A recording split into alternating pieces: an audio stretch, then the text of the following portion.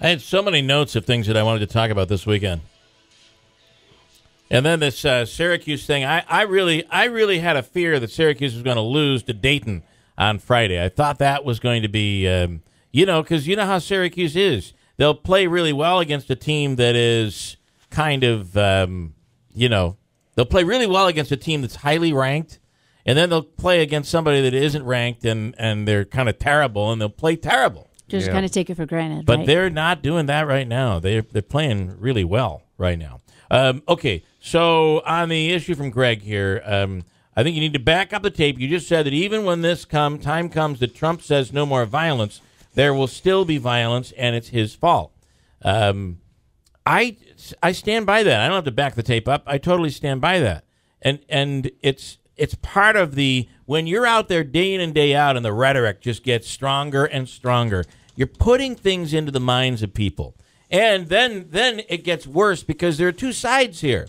There is the side of the people that are going to throw the punches, and then there's the side of the people that are going to say, wait a minute, this guy can't be president, so I'm now going to, you activate people. I'm now going to protest. And once the protests start, you've now lost control. So what you say, I think I think it's very important what you say and what you don't say, which is why whenever a leader in the United States says something, or a leader anywhere in the world says something, you have to craft that message very carefully. And I think Obama's made some mistakes in the past as well, but nothing like this. Nothing like this ever in a presidential race before. So him saying that is like the can of worms, right? So he's opened it up. Open the can of worms. That's the best way to describe it. The other thing is, I'm not saying it's right for these people to be trying to shut down but you're creating, it's almost like Trump's words are creating another Ferguson here. Not a good thing to do in a presidential election. Well, it's not that bad yet, though. It isn't, but you said it yourself. What happens if he does become president? What's that next day going to be like? Well, the Lakers won. Right. The Lakers won the championship, and we're gonna burn the city. Yeah. Do you really think it's going to be like that? I'm worried. I am worried about, and I don't even know that it's ever going to get to that point, because even over the weekend, all the talk was how they're going to come out and try to stop Donald Trump, or they're not doing it, or the end of the party. George Will on Fox News Sunday came out and said, I will vote for a third-party conservative. Now, that would almost but secure Hillary's spot in the White House. But because says he cannot vote for Trump, he would vote for a third party. He would vote for a third-party conservative, which would be a split, and it would really destroy the Republican Party. It would not be the same. But that's what Trump supporters may want. They're tired of establishment politics. And so that doesn't scare them, saying you're going to destroy the Republican Party. They're like, go for it. But don't they understand you become a minority when you do that? I think you you end up splitting the Republican Party. Don't you think and it becomes half of the Democrat? A change in the American political system where, I don't know if it's because of the internet or if it's because we feel emboldened somehow, but people feel like they truly have a voice and they truly have a way to rock the establishment, and this is it, and they don't care if the Democrat and Republican Party go bye-bye. I understand that, and I agree with you on that. I just wonder, what is the result? I'm not questioning what people are thinking. Right. I'm questioning, do you understand what the result becomes? And I think that they understand that the result is There's different. Still a country to run after November. That's correct. Or whatever the day is. And I do not see this happening. I mean, listen, last week Bernie Sanders sent a very big message when which was the primary? I can't even keep track now. But was it Illinois? Was that primary held last week? Missouri, one of the primaries was too close to call.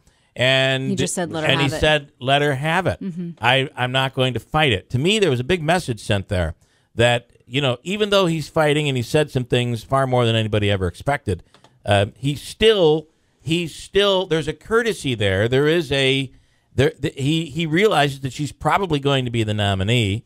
And I don't see the Democrat Party crumbling like is going on. I don't see that happening. And if it doesn't happen, you now have the Trump Party, you have the Republican Party, conservatives, and and it's all fractured. I don't think we lose our two-party system, and to me that is dangerous. So the Democratic Party has always been the party that is, and pardon the phrase here because I can't think of another way to say this, but has been a little less stringent over the years, right? Can we agree on that? I don't want to say loosey-goosey, but it's been, I don't know what that means, but okay, yeah. The Democratic Party has not been as cohesive. It's, okay, it's more diverse than the Republican Party. The Republican Party is getting a little dose of diversity right now.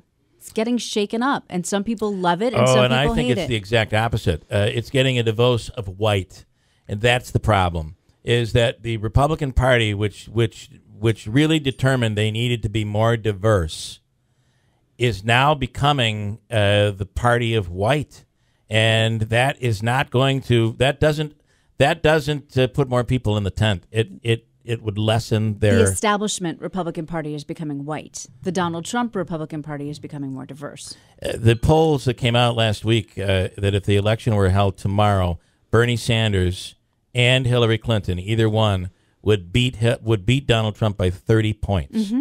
So welcome to the new reality. That's my fear, is that you don't have the pushback of Republican Democrat anymore. You now are in a situation where you have a split. So you might end up seeing, who knows, the new alignment might be the Republican establishment and the Democrats aligning against the Trump or the Tea Party, whatever this thing really is. I guess it's unknown, and it's for me it's pretty scary. I'm very nervous about it personally, just as an American. I don't know all that much, I guess, but I'm nervous about it. Hold tight. We'll come back here. Lots to get into this whole thing. Not as nervous as Glenn Beck. I don't think the world's coming to an end. And I'm not going to sit here and pray all morning long that you shouldn't vote for Donald Trump. But I just think that he's got to put the brakes on really fast and bring the Republican Party together. And I'm not sure that he can do that after all of the rhetoric. Because once you open the can of worms, I'm not sure you can close it back up. Hold on tight. We're coming right back at WIBX.